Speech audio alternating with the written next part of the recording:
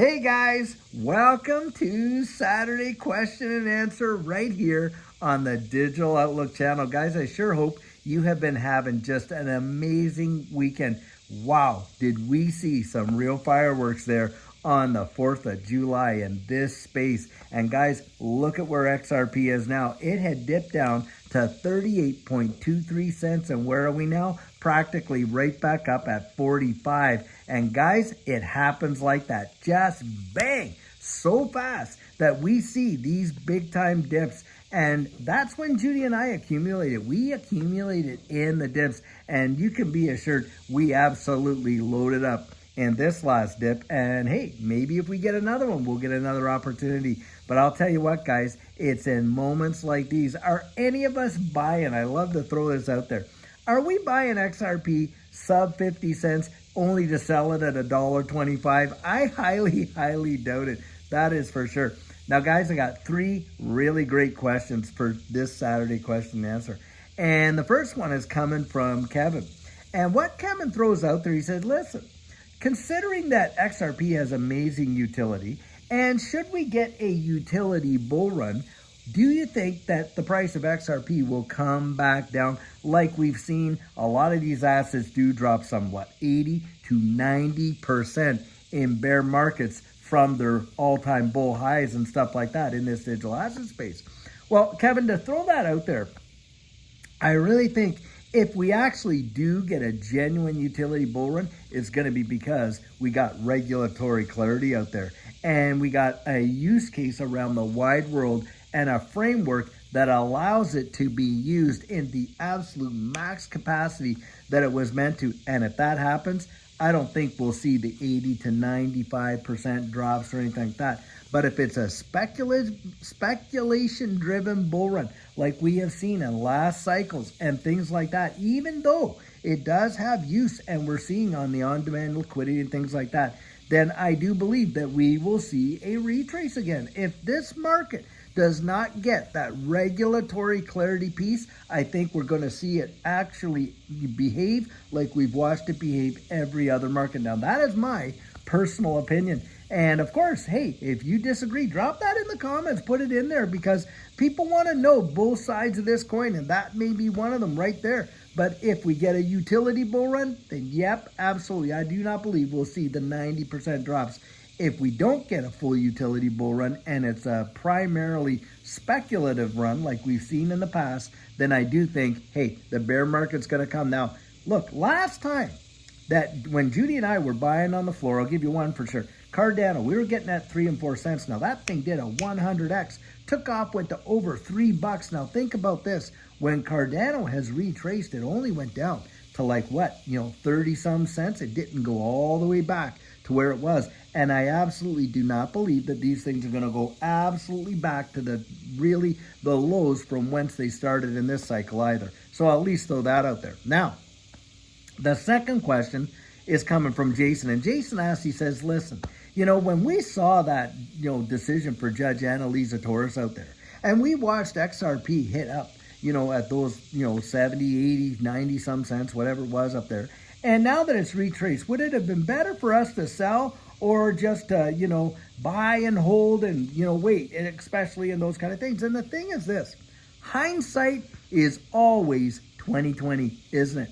Now, I know how a lot of us felt when it was up there and we got that decision. A lot of us felt that it was going to just continue. And that's how it seems to go. Now, look at this recent dip where it dropped down to that 38.23 cents like we were saying. Do you know there were people waiting on the sidelines, didn't take a position at those numbers? Why? Because they thought it was going to drop lower. The problem is there, Jason, is you can't know. You can only make a decision based on what you do know, not what you don't know. And there are no crystal balls. And that's the deal. The way I make my decisions about buying and selling, holding and all that is on the fundamentals, not on this small price action that we're seeing.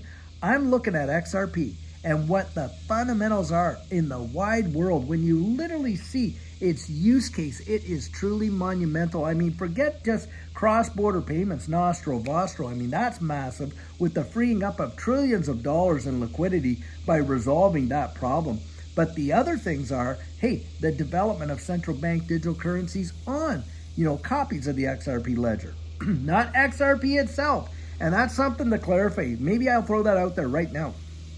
A lot of people do ask, and they say, oh, well, is the price of XRP the same on the private ledgers? Guys, the deal is this. The price is the same of XRP regardless. On private ledgers, the native asset is not XRP. It is the central bank digital currency. That's what the native asset is on private ledgers, because private ledgers are for central banks, CBDCs. The public ledger is where XRP is the native asset. Now, XRP is a bridge asset between the private ledgers and the CBDCs, because one CBDC wants to interoperate with another CBDC. Well, you need to have a bridge asset. And you literally got Ripple working with the Bank of International Settlements, solving that problem. And the solution, guys, is XRP. Now, getting back to the question, when it comes to that, hey, like I say, no one has a crystal ball. And for me, I make my decisions on the fundamentals. Now, the third one is not really a question. It was more of a supposition. And one guy throws this out into the comments and he says, look, XRP is never going to be $1 trillion market cap. And so why are people even saying that? You just got to stop saying it. That's what he said. Guys, do you know what a value of XRP is for $1 trillion market cap? It's only $10. Yep, $10. Why? Because there's 100 billion of them. Do you realize when it was at its all-time high in 2018, January 2018, the XRP market cap was 384 billion.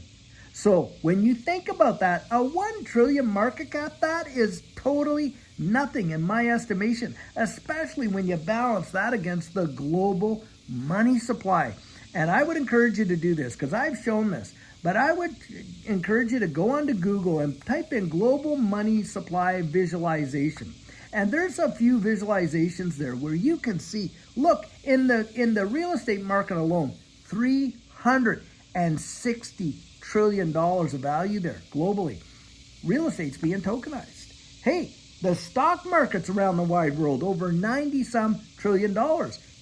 Stocks, equities, and securities are getting tokenized. Guys, it's all coming. And on top of that, when you look at XRP, 1 trillion market cap, that is truly nothing. Do you realize in the 1970s that no one in their right mind would have believed that one company would be worth the entire value of the absolute entire New York Stock Exchange? But it happened, guys. And the first company to do that was Apple with a $1 trillion valuation. Yep, it happened. Don't think that it can't happen. Do you think that anybody thought in 2009 when Bitcoin was just being invented and it was like a penny or even not even that, less than that, people were using it to buy pizzas and stuff like that? Do you actually believe that they thought in their mind that there would one day be a $70,000 Bitcoin? No, they didn't. I know because I was there. And boy, I'll tell you, that is one of my biggest regrets because I knew about Bitcoin practically from day one. And in 2010 and 11, when it picked up a lot of steam, it was only 25, 30 cents. Judy wanted us to get into it. And I'm like, not on your life, considering, the people I was investigating in the underground economy didn't touch it. Guys, what a mistake. What a mistake. Well, I'm not making that same mistake twice. I absolutely have, when I look at this ecosystem and I see what XRP represents and what it is going to do in the wide world, we can literally see the framework is there. Do you think that all these nation states and central banks have literally invested hundreds of millions of dollars in infrastructure developing central bank digital currencies, and they're not going to use that? Come on, guys. We know they are. Hey, how about decentralized identity? And you got Australia and other Commonwealth countries that have written the legislation for it. Why are we seeing the Financial Innovation and Technology for the 21st Century Act to define who will have jurisdiction over these digital asset space if there's no future in it? Guys, we know that's where the future is. And I'll tell you what, boy, I cannot wait. And what we just saw here, as far as I'm concerned, was literally a gift wrapped up and a bow put on it. Now, that's how I've taken it. Guys, I'll tell you, exciting, exciting times. I hope you got a lot out of the answer, those few answers out there. And guys, I hope you're really loving this weekend. We're seeing some great things. Can't wait. Tomorrow, by the way, we're meeting up for Sugar on Sunday. And I'll tell you what, amazing words of encouragement to share with you there. And can't wait till Monday and next week, because guys, I think we're going to see something big happen in this space, and I think it's going to happen soon. So guys, until then, have a fabulous one and take care.